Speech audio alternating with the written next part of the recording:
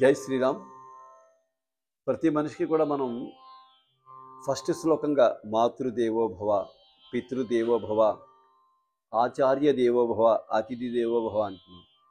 కానీ ఇలా చెప్తున్నాం, కానీ ప్రతి వాళ్ళు కూడా ఈ నలుగురిని కూడా ఎలా కామెంట్ చేస్తున్నారంటే, ఇప్పుడు యూత్ నేను చెప్పాను కదా, మీకు యువతని ఆలోచించి నేను చెప్తున్నాను, వీళ్ళందరూ మార్చుకోవాలన్నమాట. తల్లి అనగానే చనువుగా తల్లి మీద కోపం అవడం, తల్లి మీద సీరియస్గా అనడం, అసలు ఆవిడ మనసు బాధ పెట్టి ఇలా మాట్లాడడం చేస్తున్నారు చాలామంది. 100కి 90% ఎక్కడో 1 or 2% ప్రేమగా చూస్తున్నారు, గౌరవంగా చూస్తున్నారు. ప్రేమ ఎక్కడి నుంచి వస్తుంది? గౌరవం నుంచి వస్తుంది ప్రేమ.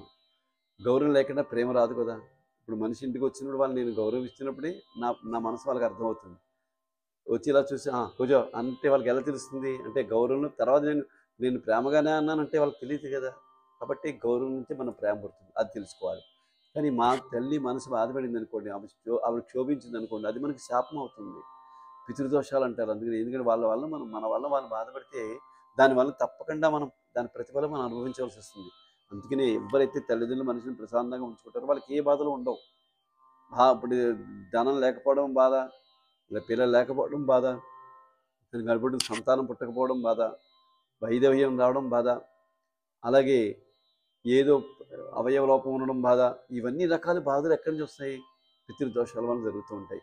ఇది మధ్యలో వచ్చి యాక్సిడెంట్లుగా జరగడం వేరు, భర్త నుంచి ఉన్న ప్రాబ్లమ్స్ ఇవన్నీ కూడా.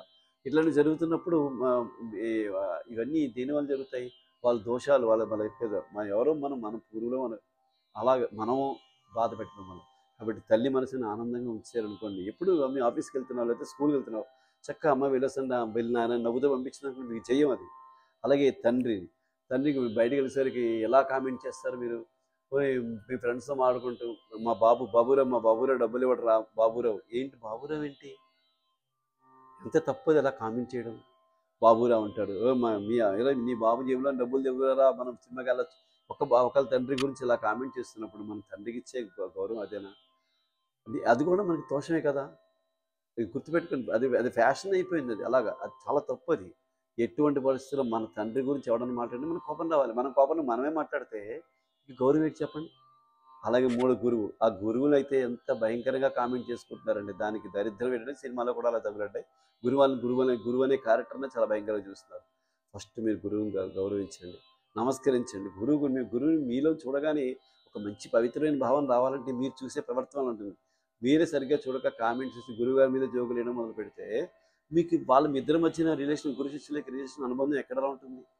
అది తప్పు బదారాలు నడవచ్చు, లేకపోతే శత్రుభావం నడవచ్చు, ఎలాగైనా నడవచ్చు. గురువు మీద అస్సలు కామెంట్ చేయకూడదు. గురువుగారిని మీకు నచ్చలేదనుకోండి, గురువుగారు వేరే గురువు దగ్గరికి వెళ్ళండి, కానీ గురువుని కామెంట్ చేయకూడదు. అది టీచర్ అయినా గురువు అయినా ఎవరైనా సరే. 4వది అతిథులు.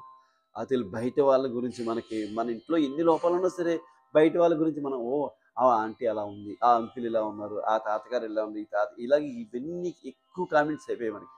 ఇవన్నీ తప్పు, మనం తెలుసుకోవాలి. మీరు యువకులు బాగా తెలుసుకోవాలి ఇవన్నీ కూడా. ఎందుకంటే ఎవరిని మనం కామెంట్ చేస్తున్నప్పుడు రేపొద్దున మనం తల్లి అవుతాం, మనం తండ్రి అవుతాం, మనం ముసలాలు అవుతాం. అన్నీ మనకు వచ్చేవే, ఏవి మనకు రాకుండా వెళ్ళిపోయే వాళ్ళం కాదు. అర్ధాయుషంలో ఎవరు పోవడం సాధ్యం? 100 మంది 10 మంది అందరం కూడా చిన్నతనం చూస్తాం, యవ్వనం చూస్తాం, తర్వాత వృద్ధాప్యం చూస్తాం, ఇవన్నీ చూస్తాం. కానీ ఏంటో మనకి ఆ రేంజ్కి వెళ్ళమన్నట్టు మన ఈ 20 to 40 ఏజ్లో ఉండే ఇదే లైఫ్ అన్నట్టుగా మనం మాట్లాడుతూ ఉంటాం. ప్రతిదీ నువ్వు చూస్తావు, బాల్యం కౌమ అన్నీ నువ్వు చూస్తావు. కాబట్టి ఆ స్టేజ్కి నేను వెళ్తాను, అప్పుడు నేను ఇలాగే అనుకుంటారు, అప్పుడు నేను ఈ బాధలు పడతాను గమనించినప్పుడు నువ్వు తప్పులు చేయడానికి అవకాశం ఉండదు. ఇది గుర్తుపెట్టుకో యువత. జై శ్రీరామ్.